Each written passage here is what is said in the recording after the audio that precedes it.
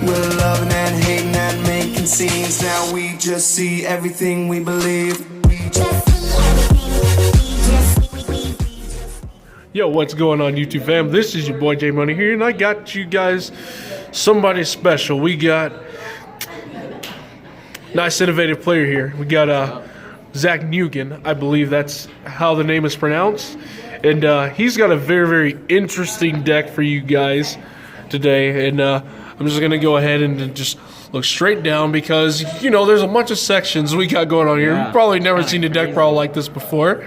So I'll go ahead and just let you take it from here. All right, cool. So yeah, my name is Zach, and I got an Orcust deck profile for you guys today. So I know that you guys have recently heard about Deception's attack deck. So this is not it, and I want you guys to know that it's definitely not it.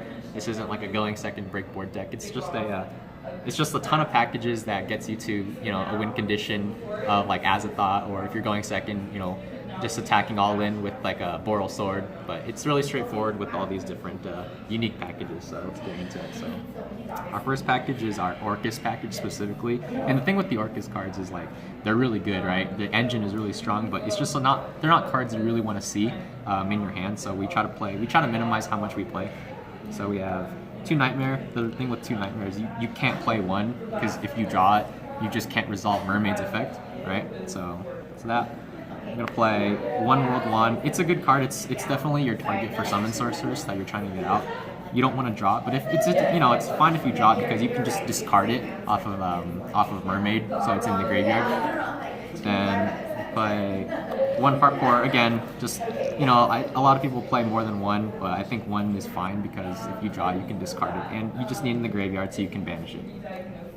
And then two of the Symbol Skeleton, because we're trying to resolve Symbol Skeleton in multiple terms and get that graveyard recursion. And if you need to grind out your game, having more than 1 is going to let you do that. So this is just the Orcust card. Next we have so this is a package on its own, because Ibli is really broken in any Orcust deck. Any Orcust profile you're going to see. I think the Ibli is something that you really want, because Ibli is so strong. It's a 1-card combo. It chain blocks for your combo, so your Mermaid can't get hit. It's just a really good card. Alright, so this is kind of our like 2-card warrior Destrudo package, if you will. Basically, you got the Armageddon Knight. You guys know what this does. I mean, that seems like a 1-card combo to me. Yeah, no. I mean, the Armageddon Knight will get you to all this crap, and you guys already know Destrudo, and this just gets you to the Armageddon Knight. And basically, this is going to get you to a Nightmare like a Cerberus or a Phoenix. And by getting any 2 cards on the field, basically, with the deck, is full combo. That's it. Just 2 cards. Or if you have the Ibli, that's just by itself. So. Alright, so this is something pretty unique. I know you guys are going to like this. So this is a Trickstar package. It's a pretty small one, but I think what's really special about the Trickstar package is it kind of lets you have that extra security when you're going second, because you're trying to lock down back row.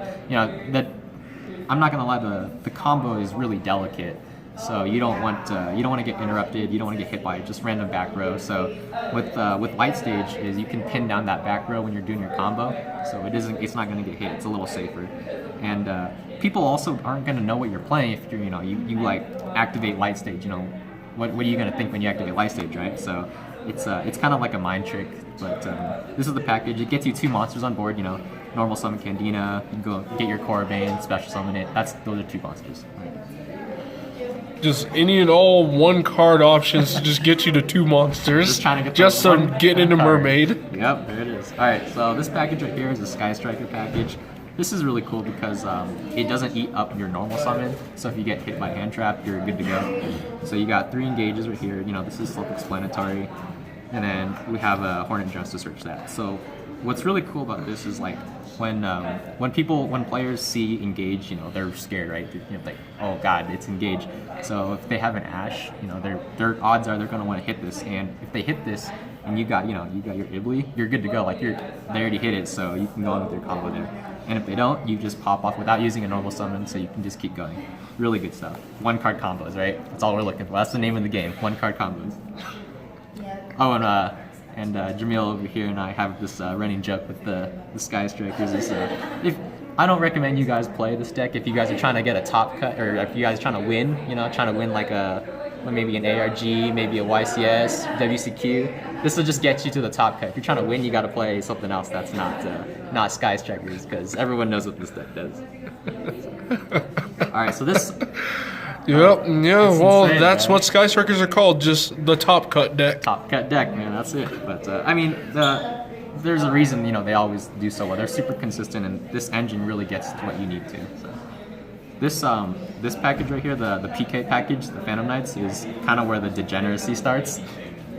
I think you guys can assume where this is going, but basically these are the monsters. So with the monsters, you got your cloak and your boots, whatever. They're pretty standard. You're just trying to send them off into the graveyard off of your Link monster to get these cards. So Shade Brigandine, it's part of the rank up combo, and here's your rank up. So that's that. And then here is, these are kind of like this is not really a package, just supplemental cards. So this is Jamming Waves, because no one likes back row, right? And this deck, again, like I said, really frail, really fragile combo, just really powerful, right? Really, really strong combos. I mean, it doesn't struggle against monsters, if that's Not what you monsters, think. yeah, But back row, jeez. Yeah, you don't want to. You really got to get those combos to go through. So this is just something that helps. Part of your Sky Strikers, right?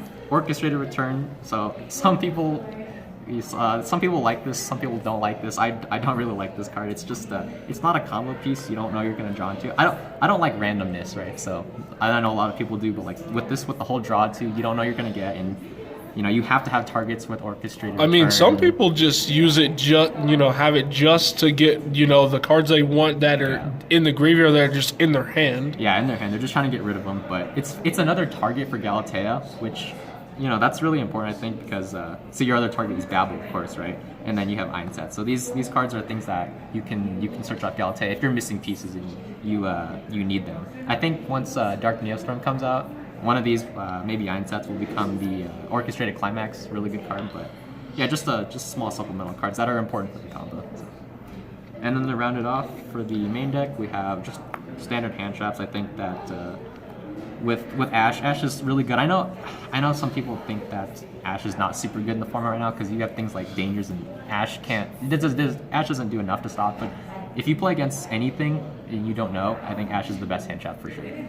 And permanence, so I'm running Shade Brigandine or somewhere, yeah. So I'm running Shade Brigandine, and I know like you viewers are thinking like, well, why is he running Shade Brigandine with impermanence? But there's no reason. It's just because I pay a lot of money for these and I want to use them.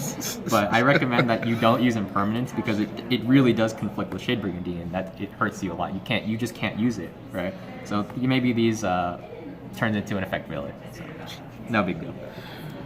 And Called by the Grave, because I've been kind of like throughout the video talking about how the deck's strategy is, the combo is fragile, and if it gets stopped really just anywhere, it kind of falls apart. So Called by the Grave, I think, is pretty important for the deck. So like you get hit on your Orcust Nightmare, and what are you gonna do? So Called by the Grave is a really good card, and like just aside from the hand traps, it's got good utility. It can hit things like Ray in the grave, just a lot of things, right? So good card. So that's the main deck. We'll go ahead and get into the extra deck first. It's a lot of packages we got going on. I know, the package deck. The package deck. Package deck, yeah. So let's see here. Package deck taking on the top cut deck. All right, so this is the extra deck. So we have the Orcust monsters, the Orcust Link monsters themselves, and they're really good. So with Orcust, Galatea, you literally need an Orcust Galatea for the combo. Like, so you have to run one. Sometimes you want to run more, so you can resolve its effect multiple times if you're trying to grind out a game. But I just don't have space for it, so that's all I can do. Really good, trying to remove threats, and with long gear. So in Orchestrion is just again skill drain, right? So they also, so the thing with the effects, they're really good, right? But another thing is that they recycle the banished Orcust monsters from your banish, so you can keep going with your combos if you're trying to grind out. So that's another thing that they're important for. Mermaid for the combo, I might run another, but I just don't have space, not a big deal. Cerberus, Phoenix, Standard. So here's what's kind of cool about these two is, if you're, I told you guys about like the one card combos. You make 2 monsters, and then you go into one of these, right? So if you're up against a deck where like they don't play any back row, whatever, you know, you can just go into your Phoenix. So then, you know, it's in the graveyard, and then you have Cerberus later on for if you need to deal with monster threat. Other way around, right? You just go into your Cerberus first. You have it for you have Phoenix for later, right? Unicorn's Unicorn, one of my favorite cards. You need to get rid of threats that you know the other cards can't deal with. Unicorn's there for you. It's great. Summon Sorceress. This card should get banned. It's really good, but it's pretty important for the combo. We only need one, so this guy also should get banned. Super awesome. This is the one that's going to access you the PK engine. So Kagari, because we play the Sky Striker engine. So you know. We play 2 Topologics. So this guy is because the deck totally abuses the Topologic's effects because you're special summoning on your opponent's turn with the help of Babel. So you can resolve this guy on your opponent's turn like literally like 4 times if you want to. Like it's nuts. Like you can, if you have a Shade Brigandine set, pop, and because if you have Babel in the grave, you can resolve all the Orcust monsters on your opponent's turn. So it's nuts. And then this is for back row because you know we don't like that. Boral Sword because we can OTK with this deck. This deck pumps out monsters like crazy. So you know, getting to a Boral Sword is no big deal. It's something we can do easily. And this is yeah, you guys are gonna hate me for this. I'm sorry. I know you guys had to see this, but this is the like the Azathoth package. So Redo I think is the best option for like the rank 4, just because getting its materials off is super easy. You know, it's pretty safe, and then you just go into Azathoth in the next turn. They can't play. I mean, I don't know what else to say. Like it's just degenerate. But that's how it is. That's how it is. I mean, that's how it is when it comes to rogue decks. I mean, that's how it is. It's just you know, you hate to see it, right? For the side deck, I don't know. I think that you can do a lot with the side deck. Just whatever. If you play at locals, it's probably based off of what you play. But this is a pretty standard lineup. So Pankratops, sorry. Pankratops is a really good card. Just it can out a lot of things. If you are playing against a deck that can produce Azathoth, playing Pankratops is great because you know you special summon Pankratops, right? And then you just use the effect of Pankratops to destroy these monsters. So Droll, I think I want to say that Droll is one of the best hand traps this format specifically because you have a lot of combo decks. Just the control deck type is not doing so well right now, so people are starting to lean more toward these really big combo decks, and I think Droll does a pretty good job of taking care of this. Evenly matched because it's fair. I mean, it's a really good card, right? It's evenly matched is something that I think should belong in a lot of people's side decks because of its versatility. You know, it's so generic and it takes care of. It gives you so much advantage at the cost of your battle phase. I think you guys can deal with it. So, this is kind of interesting. This is a blowout card against like Sky Strikers, against Altergeist, and like for targets, you have plenty of targets because you know for Dark Agash, you can use. Where is he? Yeah, you can use Longirsu for him. That's fine. There are other targets, but it's a good card. And we're playing 3 because we're not playing like we're not trying to search it off of Curious and Griffin, so we're just trying to draw it. And then these are the last 3. So Summon Limit. So Summon Limit it doesn't counter like any specific deck. It just is good against every deck, right? You know, going first. So this is something that I think that people should start playing because, I mean, it works against anything, really. Yeah, especially Salamangreat. Yeah, I mean, I know you guys are gonna, at the time of uploading this video, I think the deck is already out, but you guys already probably know how annoying the deck is. And the last one is just core, because, you know, back row is a thing.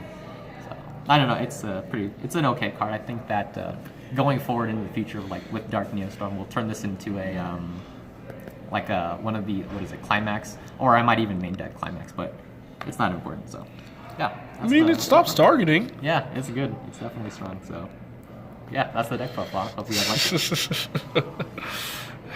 Well, you heard it, folks. You heard it from the man. If you want to win events, don't play, what was it?